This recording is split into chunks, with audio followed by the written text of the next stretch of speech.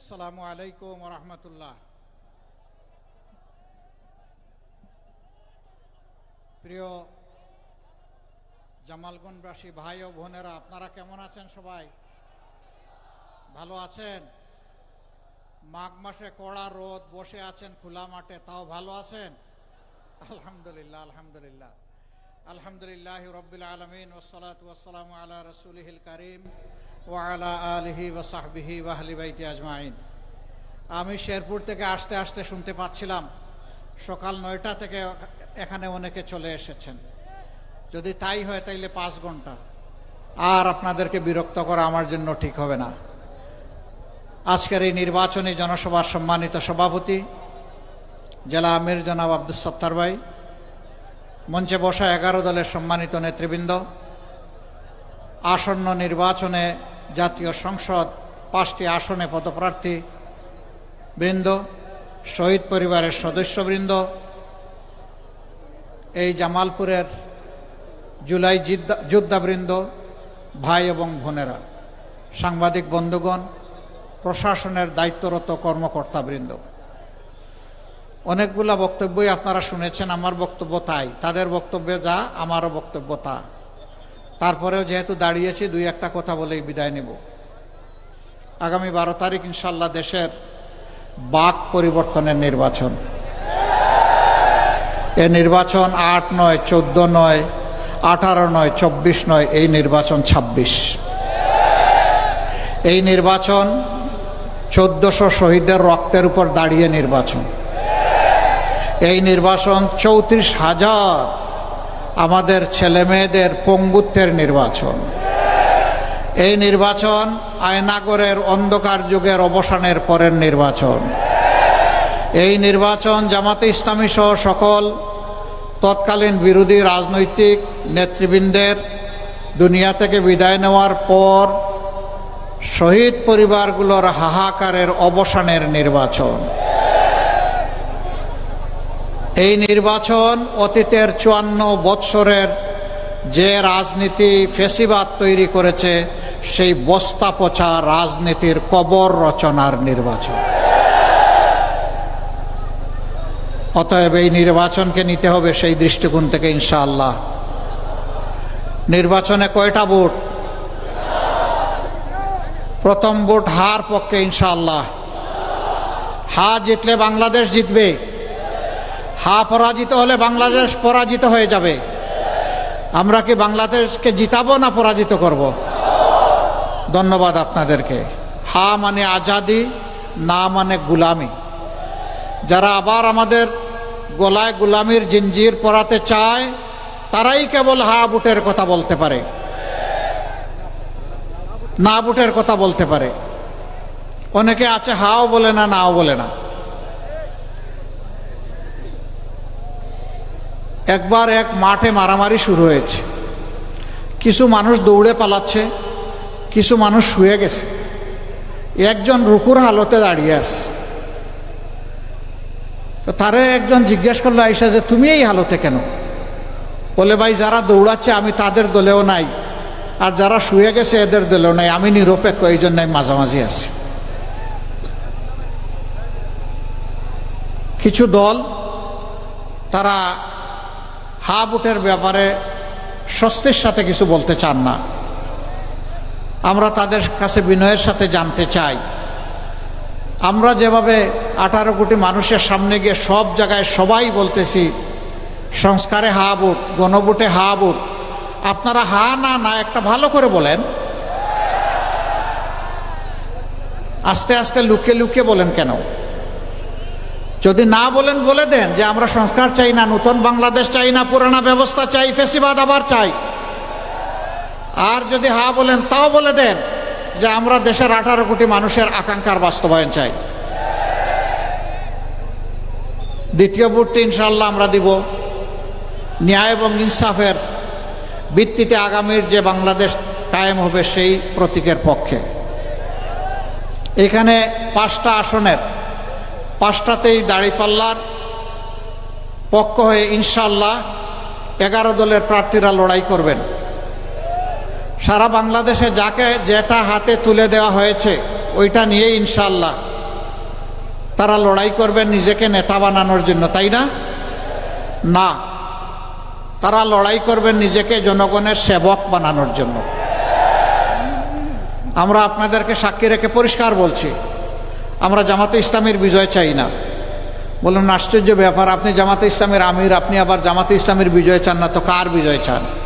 আমি অবশ্যই বিজয় চাই 18 কোটি মানুষের। 18 কোটি মানুষের বিজয় হলেই জামাতে ইসলামের বিজয় হবে ইনশাআল্লাহ। 24-এর তরুণ তরুণী, যুবক যুবতী, তাদের নেতৃত্বে সারা দেশবাসী যে জন্য সংগ্রাম করেছেন, ওই সংগ্রামের ওই দাবি বাস্তবায়ন, ওই স্বপ্ন বাস্তবায়নই হচ্ছে আমাদের অঙ্গীকার। তারা চেয়েছিল একটা বৈষম্যহীন সমাজ, তারা চেয়েছিল হাতে হাতে কাজ, তারা চেয়েছিল ন্যায় বিচার, তারা চেয়েছিল দুর্নীতিমুক্ত বাংলাদেশ, তারা চেয়েছিল চাঁদাবাজ মুক্ত বাংলাদেশ, তারা চেয়েছিল মুঘল বাহিনী, হাতুড়ি বাহিনীর কবর রচনা। সেদিন পুরুষরা যুদ্ধ করেছে, নারীরাও যুদ্ধ করেছে। যুদ্ধের আগুন জ্বলে উঠেছে যেদিন আমাদের মেয়েদের গায়ে হাত তুলেছিল সন্ত্রাসীরা ঢাকা বিশ্ববিদ্যালয় ক্যাম্পাসে। 15 জুলাই রাতের বেলা সেই দিন যে আগুন জ্বলে উঠেছিল, সেই আগুনেই স্বৈরাচার সরকার হয়ে গেছে। 16 তারিখ 6 জন সিংহ পুরুষ, আমাদের অহংকার, যারা গুলির সামনে দাঁড়িয়ে বুক পেতে দিয়েছিল। আবু সাইদ বলেছিল, আমাকে আমার অধিকার দে, না হয় একটা গুলি দে। ডানা মেলে পড়েছিল, বুকের ভিতরে তুমুল ঝড়, বুক পেতেছি, গুলি কর। গুলি বুকে নিয়েছে, পালিয়ে যায়নি। আমাদের কাঁধের উপর তার শহীদের লাশ রেখে গেছে, হাতের তালুতে রেখে গেছে তার তাজা রক্ত। আমরা এই লাশ আর রক্তের সাথে বেঈমানি করতে পারবো না। এর আগে আবরার ফাহাদ দেশের সার্বভৌমত্বের পক্ষে গর্জন করেছিল লিখনির মাধ্যমে। বুয়েটের মেধাবী ছাত্র আবরার ফাহাদ, তাকে আধিপত্যবাদের গুলামরা তাকে পিটিয়ে পিটিয়ে হত্যা করেছে।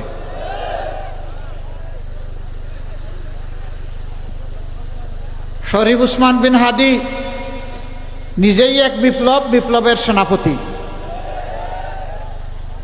তাকেও ওই আধিপত্যবাদের গুলামরাই তাকে খুন করেছে। তোমরা আবরার ফাহাদ, আবু সাইদ, হাদি আর তাদের সহযোদ্ধা 1400-কে খুন করে তোমরা মনে করেছ যে তোমরা বাংলাদেশের যুবকদেরকে ভয় ধরিয়ে দিবে?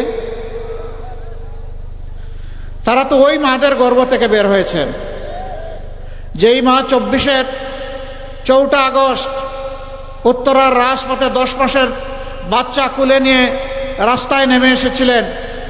সাংবাদিকরা জিজ্ঞেস করেছে, আপনি এই সাংঘাতিক কাজ করতে গেলেন কেন? তিনি বলেছিলেন, কি সাংঘাতিক কাজ করেছি? বললেন যে এই 10 মাসের অবুঝ সন্তান বুকে নিয়ে আপনি এখানে আসছেন, তো কি হয়েছে? আপনি দেখতে পাচ্ছেন না মুহুর্মুহ গুলি আর খাড়ি খাড়ি লাশ? যদি গুলি এসে আপনাকে, আপনার সন্তানকে এফুড় করে দেয়, আলহামদুলিল্লাহ, আমিও শহীদের কাতারে, আমার সন্তানও শহীদের কাতারে মিশে যাব। এরপরে বলে, বেটা শুনো, আজ কুলের বুকের একটা সন্তান আমাকে আল্লাহ দিয়েছেন, সেই সন্তান বুকে নিয়ে আমি রাস্তায় এসেছি আওয়াজ দেওয়ার জন্য। আজ রাস্তায় বাংলাদেশের যে কোটি তরুণ তরুণী, যুবক যুবতী, ওদেরকে বলতে, আমি তোমাদের মা, তোমরা লড়ে যাও, দেশের জন্য শহীদ হও, পিছপা তোমরা হবে না। আমি সেই সাহস দিতে এখানে এসেছি। এই মাকে স্যালিউট। যেই মায়েরা এই ধরনের সন্তান জন্ম দিতে পারেন, ইনশাআল্লাহ এই বাংলাদেশ পথ হারাবে না।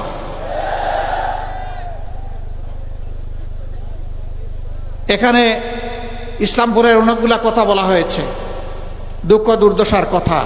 আমি আপনাদের এক ভাই, আমি 22 সালের মে মাসের 24 তারিখে এখানে এসেছিলাম।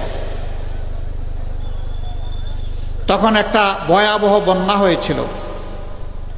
আমি যখন নদীর পাড় দিয়ে হাঁটছিলাম, এই দেখতে দেখতে 2-4টা বাড়ি দেখলাম যে নদীর বুকে চলে গেল।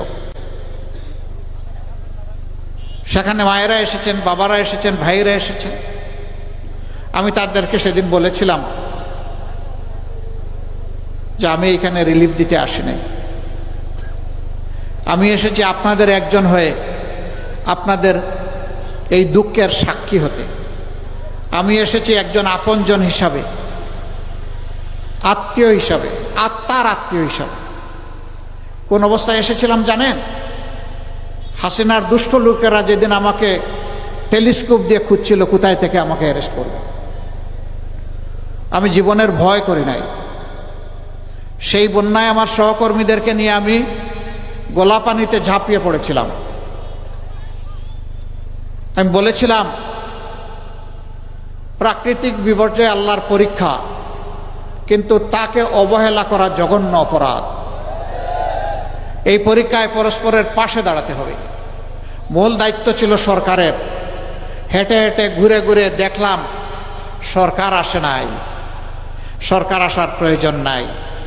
জনগণের কাছে যাদের দায়বদ্ধতা নাই, জনগণের ভোটের যাদের দরকার নাই, সে সরকার জনগণের বিপদে আসবে কেন? তার তো আসার প্রয়োজন নেই, তাই তারা আসেনি।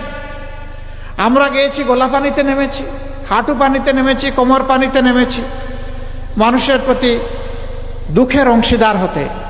তখনকার প্রধানমন্ত্রী তিনি হেলিকপ্টারে ঘুরেছেন, মাটিতে তার পা পড়েনি, পানি তো দূরের কথা।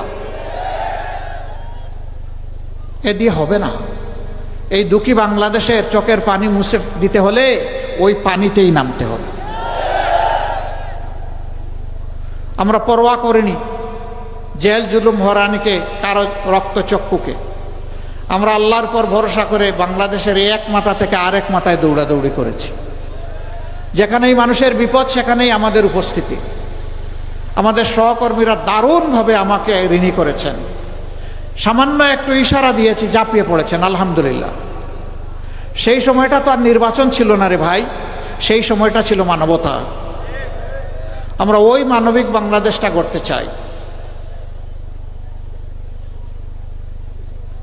আমরা যুবক ভাইদেরকে বলবো তোমাদের কাছে আমরা ঋণী, যুবতী বোনদেরকে বলবো তোমাদের কাছে আমরা ঋণী। আমরা 15.5 বছর লড়াই করেছি, আমরা কিছুই করতে পারিনি। জীবন দিয়েছি, আয়নাগরের সঙ্গী হয়েছি, পঙ্গু হয়েছি, জেলে গিয়েছি দফায় দফায়, মায়েরাও গিয়েছে, এমনকি অবুজ শিশু সহ জেলে যেতে হয়েছে। এমন দুর্ভাগ্য আমাদের, যা থেকে 15.5 বছর এইরকমই বুক করতে হয়েছে। আসুন 15 তারিখের পরে একটু শপথ নেই না যে নিজে বদলিব, দেশকে বদলাই দেব ইনশাল্লাহ। ভালো মানুষ হব, ভালো মানুষের দেশ গড়ব। যুবকদের হাতে বেকার ভাতা দিয়ে অপমানিত করব না, যুবকদের হাতে কাজ তুলে দেব ইনশাল্লাহ। এখানে special economic zone, double rail line, নদী ভাঙ্গনের উপযুক্ত ব্যবস্থা নেওয়া, তারপরে নকশিপল্লী গড়ে তুলে মায়েদেরকে স্বস্তির সাথে কর্মসংস্থানের সম্মানজনক ব্যবস্থা করে দেওয়া সহ মেডিকেল কলেজ হাসপাতালকে তার কাঙ্ক্ষিত মানে পৌঁছায় দেওয়া। যে দাবিগুলো এখানে করা হয়েছে সবগুলা যৌক্তিক দাবি। কথা দিচ্ছি আপনাদের টাকা আপনাদের কাজে লাগবে ইনশাআল্লাহ। এই টাকায় হাত দিব না, চুরি করব না, লুণ্ঠন করব না, ব্যাংক খালি করব না, শেয়ার মার্কেট লুণ্ঠন করব না, চাঁদা তুলব না, দুর্নীতি করতে দিব না। আপনাদের টাকা আপনাদের কল্যাণে ব্যয় হবে ইনশাআল্লাহ। আপনাদের দাবি তখন আপনাদের চোখের সামনে বাস্তবায়িত হবে। আর আপনাদের ভোটে যদি আল্লাহর মেহেরবানিতে আপনাদের এই ভাইয়েরা নির্বাচিত হন, তারা বৎসরে একবার কমপক্ষে তাদের এবং তাদের পরিবারের সকল সদস্যের তাদের আর্থিক হিসাব নিকাশ জনগণের সামনে উন্মুক্ত করতে বাধ্য করবে। তারাও কি অতীতের রাস্তায় হাঁটছেন নাকি পরিবর্তনের রাস্তা ধরে হাঁটছেন, তা জানার অধিকার এই জনগণের আছে। ক্ষমতায় যাওয়া চারটিখানি স্বাদের ব্যাপার নয়, দায়িত্বের বোঝা। সেই বোঝা ঘাড়ে নিয়ে মানুষের প্রতি দায়বদ্ধতা নিয়ে কাজ করতে হবে ইনশাআল্লাহ। যুবক যুবতীদেরকে যেমন আমরা হাত মজবুত করে দিব শিক্ষা প্রশিক্ষণের মাধ্যমে, তেমনি দেশ গড়ার কারিগর হিসাবে তাদের হাতে বাংলাদেশও তুলে দেব ইনশাআল্লাহ। প্রস্তুত? আমরা দিতে প্রস্তুত, যুবকরা নিতে প্রস্তুত। মোবারকবাদ, তৈরি হয়ে যাও। এবার 11 দলীয় জোট এবং বিশেষ করে জামাতে ইসলামী যাদেরকে নির্বাচনে আমাদের প্রার্থী করেছে তাদের 62 ভাগ যুবক। এই বার্তা দিচ্ছি আগামীর বাংলাদেশ যুবকদের বাংলাদেশ। আমার যুবকেরা কারো কাছে ভিক্ষা চায় না, কারো কাছে ভাতা চায় না। আমার যুবকেরা দেশ গড়তে চায়, হাতে কাজ চায়। ইনশাআল্লাহ কাজ পাবা ইনশাআল্লাহ। মাদের ব্যাপারে আমাদের অঙ্গীকার, আপনাদের ঋণ পরিশোধ করা কোনো সন্তানের পক্ষে সম্ভব নয়। আপনারা গর্বে নিয়েছেন, বুকের দুধ দিয়েছেন, বুকের বিছনায় লালন পালন করেছেন। 1 সেকেন্ডের কোনো ঋণ পরিশোধের শক্তি আমাদের নাই, কিন্তু এরপরে আমাদের চেষ্টা করতে হবে। আপনারা গৃহে, চলাচলে, কর্মস্থলে, 3 জায়গায় সব কিছুর আগে আপনাদের নিরাপত্তা নিশ্চিত করা হবে ইনশাআল্লাহ। আপনাদের সম্মান নিশ্চিত করা হবে ইনশাআল্লাহ। যোগ্যতার ভিত্তিতে আপনাদের হাতে দেশ গড়ার কাজও তুলে দেওয়া হবে ইনশাআল্লাহ। সব জায়গায় কাজ করবেন। আল্লাহর নবীজির সাথে, মুহাম্মদুর রাসূলুল্লাহ সাল্লাল্লাহু আলাইহি সাল্লামের সাথে আমাদের মায়েরা যুদ্ধের ময়দানে গিয়ে যুদ্ধ করেছেন। যুদ্ধের চাইতে কঠিন কোনো কাজ নাই। সব কাজে আপনারা অংশীদারিত্ব পাবেন ন্যায্যতার ভিত্তিতে ইনশাআল্লাহ। আপনাদের অনেক হক এই সমাজে লঙ্ঘিত হয়। আমরা ইনশাআল্লাহ যদি আল্লাহ সুযোগ দেন, আমরা যদি এই দেশ পরিচালনার সুযোগ পাই, হক নিয়ে আপনার স্বামীও বসে থাকলে ওখান থেকে আদায় করে আপনার হাতে তুলে দেব। যার যে হক আছে সেই হক দেওয়া হবে। মাদেরকে যে জাতি সম্মান করতে জানে না, আল্লাহ তাআলা এই জাতিকে ভালোবাসেন না। মায়ের ভালোবাসা আমরা নিশ্চিত করব ইনশাআল্লাহ তাআলা লাজিম। অন্যান্য ধর্মের ভাই বোনদের প্রতি আমাদের বার্তা স্পষ্ট। বাংলাদেশ ফুলের বাগান, সব জাতের গাছ দিয়ে আমরা ফুল সাজাবো, বাগান সাজাবো ইনশাআল্লাহ তাআলা লাজিম। এখানে কারো যোগ্যতার ক্ষেত্রে তার ধর্ম কি, দল কি, গায়ের চামড়ার রং কি, মুখের ভাষা কি, এটা দেখা হবে না। এখানে দেখা হবে তার ওই কাজের যোগ্যতা আছে কিনা, আর তার মাঝে দেশের প্রতি কমিটমেন্ট, দেশপ্রেম আছে কিনা। যদি ওই 2 জিনিস থাকে, কাজ তার হাতে চলে যাবে ইনশাআল্লাহ। ধর্ম বর্ণের ভিত্তিতে কোনো ভেদাভেদ এখানে আমরা চলতে দেব না। আমাদের জাতিকে আর বিভক্ত করতে দেব না। জাতি ঐক্যবদ্ধ থাকবে ইনশাআল্লাহ। বন্ধুগণ, আমি একটু সাহায্য চাই আপনাদের। কোনো জায়গায় আমাদের মায়েদের একটু অপমান করা হচ্ছে শুধু ইনসাফের প্রতীক দাড়িপাল্লায় বুট চাওয়ার জন্য। আমাদের মায়েদের কি অধিকার নাই? তাদেরকে এই দায়িত্ব নেই? যারা মায়ের গায়ে হাত তুলে তারা কোন প্রজাতি আমি বুঝতে পারি না। এরা কি মানুষ প্রজাতি না অন্য কোনো প্রজাতি? এই কয়েকদিন ধরে উৎপাত শুরু হয়েছে। আমরা চাই সবাই যার যার কর্মসূচি, পরিকল্পনা, বক্তব্য নিয়ে জনগণের কাছে যাক। যারা হাত তুলছে তারাও যাক, আমরাও যাব। আমি মাদেরকে বলবো, আমরা আপনাদের সন্তান, আপনাদের অপমান আমরা সহ্য করব না। একদম সাফ কথা, সহ্য করব না। যদি কোনো দুর্বৃত্ত আপনাদেরকে কোনো কটু কথা বলে, চোখে চোখ রেখে বলবেন, আমি মা, আমি তোমাকে পরোয়া করি না, আমি পরোয়া করি আল্লাহ তাআলাকে। কোনো জায়গায় ধমক দেওয়া হচ্ছে যে দাড়িপাল্লায় ভোট দিলে সেদিন যাইও না, ওইটাও চোখে চোখ রেখে বলে দিবেন, আমি যাব, পারলে তুমি ঠেকাইও। বিড়ালরা পালাবে, দেখবেন পালাবে পিছনের দরজা দিয়ে ইনশাআল্লাহ। আর মায়ের সন্তানদেরকে বলবো, পাহারাদার হয়ে সেদিন মায়ের পাশে থাকবেন। সারা বাংলাদেশের মায়েরা তাদের নিরাপত্তার জন্য তারা বলে যে আমরা এখন এই সংগঠনকে চাই। এটা তাদের অধিকার, এটা তাদের ফ্রিডম অফ চয়েস। এখানে হস্তক্ষেপ করার অধিকার কারণে। ওই যে একজন বোন বলছে না, একটু খোলামেলা পোশাক, তাকে সাংবাদিক জিজ্ঞাসা করলো যে আপনি কারে চান?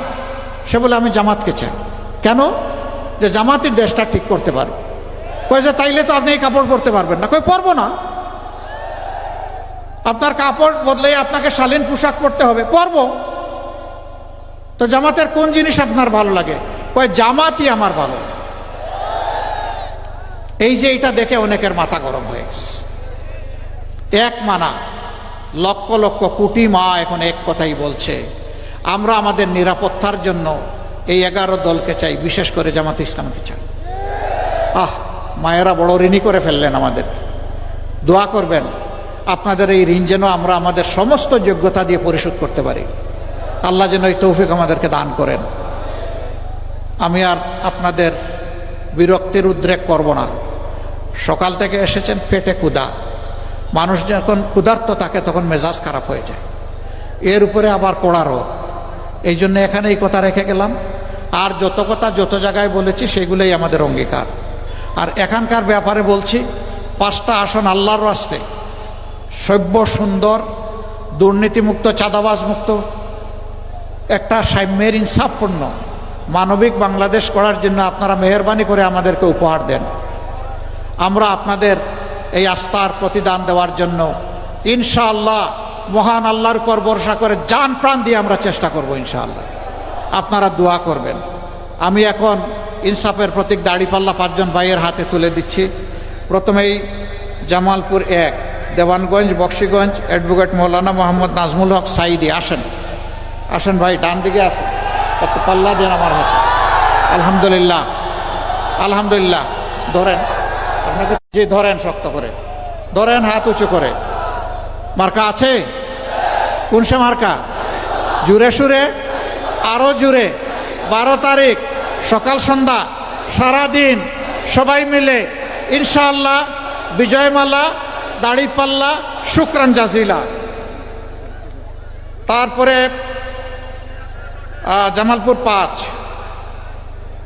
সদর আসন, মৌলানা মোহাম্মদ আব্দুল সত্তার।